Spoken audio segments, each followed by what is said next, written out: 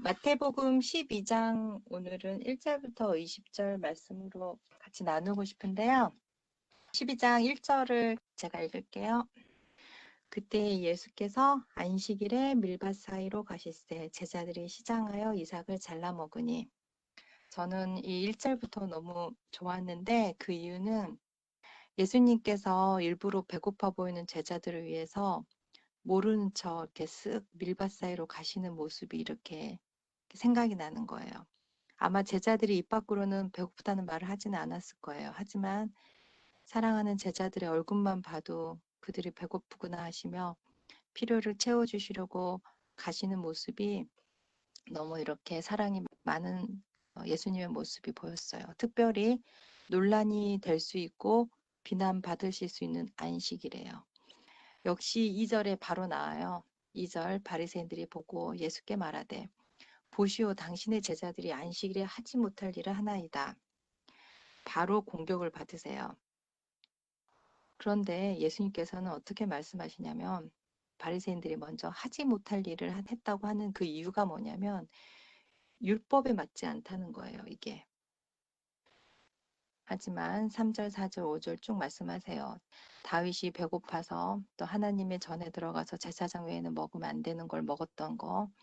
5절에 안식일에 제사장들이 성전에서 안식일을 범하여도 죄가 없음을 너희가 읽지 못했니? 이러면서 계속 이렇게 제자들을 감싸 안으시면서 포커스를 자꾸 행동에 두는 이 바리새인들에게 예수님으로 시선을 돌리게 하세요. 그래서 6절에 내가 너희에게 이르니 성전보다 더 큰 이가 여기 있느니라 이러시면서 저희가 1, 2, 3 배우는 것처럼 어떤 일의 상태에 있는 그 모든 사람들을 자꾸 이로 예수님을 보게 하는 그런 것을 제가 6절을 읽으면서 느꼈어요.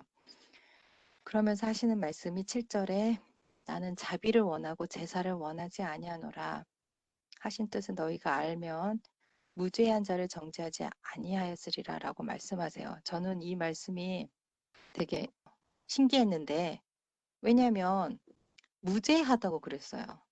안식일에 지금 이삭을 잘라 먹는 건 그 당시로 바리새인들이 지적할 만큼 해서는 안 되는 행동이었는데 오히려 예수님은 무죄하다고 정죄하지 말라고 이렇게 말씀하시는 게 되게 신기했어요. 아마 바리새인들은 그 말씀을 듣고 진짜 요즘 말로 헐 했을 거예요. 이게 뭐지? 했을 거예요. 그런데 9절에 더 황당한 일이 바리새인 보기에 일어나는데 그건 손 마른 사람이 있는 걸 고치시는 거예요. 그것도 안식일에 병 고치는 거예요. 이것도 그 당시로서는 해서는 안 되는 아까 바리새인들이 말했던 것처럼 하지 못할 일을 하는 거거든요. 그러니까 예수님께서는 또 한 번 행동에서 또 예수님께로 이렇게 시선을 옮기세요. 12절 사람이 양보다 얼마나 더 귀하냐 그러므로 안식일에 선을 행하는 것이 옳으니라 하시고 이렇게 회복되게 하세요. 제가 이 글을 읽으면서 느꼈던 거는 예수님은 항상 사람이 귀하고 영혼이 귀하세요. 그 바리새인들은 항상 뭐가 귀하냐면 항상 율법이 귀하고 또 조상의 유전과 간습과 이런 것이 너무 귀한 거예요. 그렇기 때문에 두 사람의 지금 관점이 아예 다른 거예요.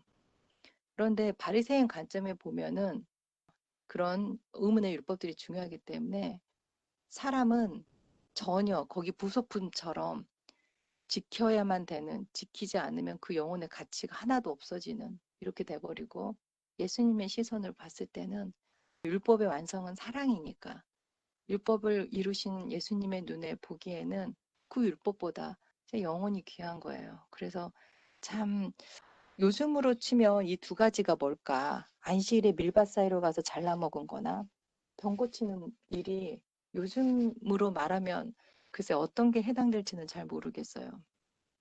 어쩌면 안식일에 점심에 맥도날드 가서 햄버거를 사 먹은 일이라든지 아니면 병 고치는 건 어디 진짜 돈 주고 가서 침을 맞든 무슨 어떤 치료에 대한 행위를 했을 수도 있을 거예요.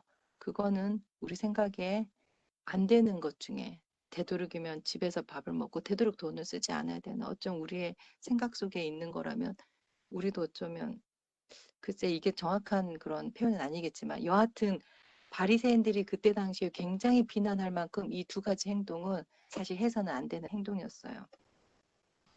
그런데 저희가 이제 아들과 딸이 둘이 있어요. 둘이 이렇게 싸우면은 가끔 둘 다 저한테 와서 막 억울한 듯이 말을 해요. 엄마, 내가 맞아, 제가 맞아? 이렇게 물어볼 때가 있어요. 그러면 저는 되게 엉뚱한 대답이지만 제가 이렇게 말을 해요. 둘 다 맞고 둘 다 틀려. 왜 그러냐면 엄마 입장에서는 옳고 그름보다는 혹시 잘못된 행동을 했어도 오히려 엄마 얘가 이러는 거 잘 모르고 실수한 거니까 용서해줘요 라고 동생을 감싸주는 누나 마음, 또 아니에요 엄마 내가 이번엔 잘못했어요 누나는 그거 아니에요 이렇게 말해주는 그게 엄마한테는 더 기쁜 일이지 뭐가 맞고 틀리고 자로잰 듯 정확히 말하면서 비난하는 모습은 사실 엄마로서는 굉장히 슬픈 모습이다. 제가 이렇게 말을 해주거든요. 예수님께서는 너무 다 사랑해요. 바리새인도 사랑하고 이 제자들도 너무 사랑해요. 둘 다 사랑하는 사람이 감싸주면서 사는 거를 예수님은 진짜 원하실 거예요. 저도 어릴 때부터 이런 교육을 많이 받았던 것 같아요. 뭐가 옳고 뭐가 그르냐. 뭘 해야 되는 거고 뭘 해서는 안 되는 거냐. 세뇌 아닌 세뇌들이 많이 있었을 것 같아요. 이 바리새인들이 어느 정도로 화가 났냐면 이 두 사건을 보고 바로 14절에 보면은 바리새인들이 나가서 어떻게 하여 예수를 죽일까 의논을 합니다. 이제 왜 의논을 하겠어요? 야, 이거는 교회의 기강을 무너뜨리는 행동이다. 아니 지금 모세오경 우리가 그렇게 지켜야 되는 이 율법이 무너진다. 야, 저 예수라는 사람은 진짜 안 되겠구나. 어떻게 안식일에 이런 규범들을 없애는 거야. 이건 말도 안 돼. 우리 조상들이 어떻게 지켜온 관습과 유전인데 이렇게 하찮게 하냐 이러면서 아마 요즘으로 또 따지면 직원회의를 열었을 것 같아요. 그래서 예수를 추방 정도가 아니에요. 죽이려고 의논을 합니다. 되게 무섭죠. 이 말씀이 마태복음 12장 예전에 읽을 때는 그냥 쭉쭉쭉쭉 읽어가는 성경 중에 하나였어요. 별로 그렇게 그냥 그랬나 보다 했는데 이번에는 한 절 한 절 보면서 정말 좀 소름이 끼쳤어요. 왜 소름이 끼쳤냐면 이러한 것들로 사람을 죽일 수 있구나라는 생각이 들었어요. 저도 교회 안에 있으면서 예를 들면 교회론이 있고 구원론이 있고 뭐 여러 가지 제가 이렇게 가지고 있는 어떤 생각들이 있어요. 배운 것도 있고 또 제가 그냥 스스로 생각한 것도 있는데 예를 들자면 저는 늘 교장인 그런 순서들을 제가 항상 한국에서도 그렇고 많이 맡았었어요. 늘 한국은 9시 반에 시작하니까 적어도 8시에 교회 와서 이것저것 준비하느라고 일찍 가는 편이었어요. 그런데 그런 거를 오래 하다 보니까 그런 직분을 맡지 않았어도 일찍 가는 게 저에게는 당연한 관습 같은 거였어요. 하지만 어떤 사람들은 11시에도 오고 10시 반에도 오고 12시 다 돼서 점심때도 오고 그래요. 근데 저는 예전엔 그런 사람들을 좀 이해를 할 수가 없었어요. 왜냐하면 제 생각에는 우리가 학교도 지각을 안 하는데 교회 지각하면 안 되지. 이런 생각이 굉장히 강했고 또 아이들도 다행히 다 아침형 인간들이라서 저도 그렇고 밤에 일찍 자고 아침에 새벽에 일어나는 애들이기 때문에 어릴 때부터 교회 일찍 가는 거는 별로 문제가 되지 않았어요. 근데 어떤 집사님이 아이들이 사춘기가 되는데 밤에 늦게 자고 아침이면 거의 10시 반, 11시까지 애들이 자버리니까 꼭 교회에 거의 설교 예배 간당간당해서 오는 거예요. 그래서 이걸 자기가 어떻게 할 수 없다고 말씀하시더라고요. 근데 저는 그 말을 들으면서 왜 어떻게 할 수가 없지? 그럼 애들은 학교도 늦어야 되잖아. 근데 왜 교회는 늦을 수 있는데 왜 학교는 그러면 가라고 깨우지? 좀 약간 이렇게 제가 이렇게 이해가 안 되는 부분이었어요. 이건 저의 교회에 관한 기준이었고.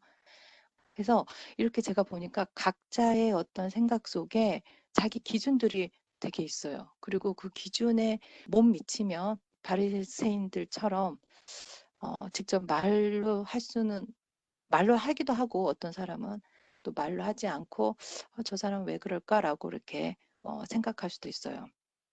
그런데 여기서 중요한 거는 이것 것들에 대해서 예수님께서는 무죄하다고 말씀하세요. 제가 지금 율법을 안 지켜도 무죄하다 그런 의미는 아닌 거 다 아시죠? 오히려 그 사람을 정죄하고 그 기준에 맞냐 안 맞냐로 판가름하는 이 모습이 더 예수님 보시기에는 마음 아프신 모습일 것 같아요. 그리고 제가 친구가 하나 있는데 제주도에 같이 친한 친구인데 몇 년 전에 남편이 암으로 죽었어요. 근데 걔는 딸만 둘인데 이제 막막하게 먹고 살아야 돼요. 근데 예전부터 얘는 새벽에 이렇게 신문 배달을 했었거든요. 그래서 신문 배달을 하려면 몇 시에 일어나야 되냐면 새벽 1시 반에 일어나야 돼요. 적어도. 1시 반에 일어나서 씻고 나가서 이제 신문을 돌리고 그다음에 애들 밥 차려주고 그리고 잠깐 잤다가 또 다른 알바를 가거든요. 인생이 되게 갑자기 고달퍼진 친구예요. 그런데 그 친구가 제가 미국에 있다가 한국을 가면 꼭 저를 보려고 와요. 예전에는 이렇게 또 생각했어요. 친구가 교회를 안 오니까 오면 좋겠다. 와서 같이 예배드리고 기도하면 어쩜 제 형편이 더 나아질 수도 있지 않을까라는 생각을 사실은 속으로 했었어요. 왜냐하면 하나님께서 걔를 더 도와주시지 않을까 이렇게 생각을 했었는데 이번에 이제 들어보니까 걔가 교회를 나올 수 있는 상황이 정말 아니더라고요. 계속 신문을 돌려야 되고 또 일을 해서 겨우 걔가 300만 원을 모으기 위해서 정말 힘들게 일을 해야 되는데 걔가 정말 이해되더라고요. 그래서 제가 마태복음 12장을 쭉 읽으면서 야, 예수님이 진짜 사랑의 예수님이고 예수님은 정말 우리를 용납하시는구나. 우리는 용납할 수가 없어요. 다른 사람이 우리랑 다른 거를 용납할 수가 없어요. 왜냐하면 나랑 같아야 돼. 나랑 생각이 같아야 되고 나랑 기준이 같아야 되고 그래서 딱 이렇게 해야 돼라는 어떤 틀이 이렇게 확실하게 있어요. 거기서 벗어나는 사람은 그 무리에 끼지 못하는 거고 그 무리에 끼지 못하는 게 당연한 거예요. 그리고 그 사람한테 우리는 이렇게 말하죠. 더 노력하고 더 믿음의 행동을 보이라고. 그러면서 이렇게 다 이렇게 어떤 틀이 있어요. 그래서 야, 이게 참 사람을 힘들게 하는구나. 예수님은 참 좋은데 교회에 와서 예수님을 만나는 건 좋은데 어쩌면 우리가 오는 사람들을 가로막는 진짜 그런 바리새인들이 될 수 있구나 라는 생각이 들었어요. 그리고 20절이 거의 결론 같은 부분이었는데 상한 갈대를 꺾지 아니하며 꺼져가는 심지를 끄지 아니하기를 심판하여 이길 때까지 한다고 예수님께서 말씀하셔요. 우리가 정말 다 상한 갈대죠. 또 꺼져가는 심지예요. 왜냐하면 제가 교회는 일찍 갈지 모르지만 다른 부분은 또 꺼져가는 심지고 진짜 상한 갈대일 수 있거든요. 또 어떤 사람에게 있어서 11금 내는 게 정말 너무나 자연스럽고 너무 진짜 자기가 제일 자신 있는 부분일 수도 있어요. 하지만 어떤 사람한테는 그게 진짜 상한 갈대일 수 있고 이게 사람마다 다 틀린데 우리는 너무 획일적인 기준에서 그 사람을 봤던 것 같아요. 사람들을. 그러면 하나님께서는 왜 이걸 원하지 않으시냐면 판단하고 사람들에게 그렇게 기준을 딱 자로 잰 듯 재버리면 기준을 보이는 사람이 사실은 괴롭거든요. 왜냐하면 그 사람은 평안을 얻지 못해요. 교회를 가도 저 사람은 왜 저러지? 저 사람은 저걸 고쳐야 돼. 저 사람은 저것만 좋아지면 되는데 믿음이 더 좋아져야 되는데 이렇게 예수님을 볼 수가 없고 자꾸 사람들의 행동에 눈이 쏠릴 수밖에 없거든요. 그래서 예수님께서는 이런 거를 하지 말어라. 바리새인들한테 왜냐하면 너네가 그렇게 하는 행동이 너희들에게도 좋지 않다는 거를 자꾸 말씀하시면서 자비를 원하고 제사를 원하지 않아. 나는 그런 제사 원하지 않아. 난 너희들이 그렇게 깐깐하게 하면서 그렇게 하면서 하는 그 제사 원하지 않아. 왜냐하면 율법의 완성은 사랑이란다. 그 사랑을 그 사람들이 받으면 그런 행동들도 자연스럽게 스며들듯이 바뀔 거고 또 이렇게 자연스럽게 되는 게 맞는 거야. 절대 강제하지 않아. 이거를 자꾸 말씀하시는 것 같았어요. 그리고 기다려 주시고. 왜냐하면 어떨 때까지 기다려 주시냐면 이길 때까지. 이길 때까지 예수님께서는 20절에 기다려 주신다고 하셨거든요. 그래서 이번 지금 말씀 이거를 마태복음 12장 읽으면서 저를 많이 돌아보는 시간이 됐고 또 이런 걸 잊어버리지 않도록 이번에 잘 생각하고 묵상해야겠다는 생각이 들었습니다. 오늘은 이것으로 마치겠습니다. 감사합니다.